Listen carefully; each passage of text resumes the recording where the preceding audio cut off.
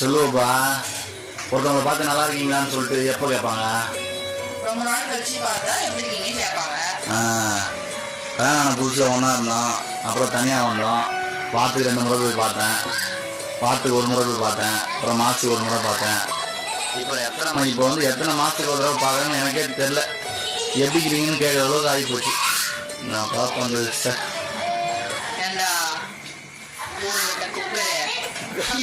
நீயாவது மாசத்துக்கு ஒரு தடவை போயிட்டு அம்மாவை பார்த்துட்டு வரேன். நான் வருஷத்துக்கு ஒரு தடவை தான் போறேன். சில நேரம் அதுவும் கிடையாது. வந்துட்டான் போகும்போது இதுல வேற மனசு ஒரு மாதிரி.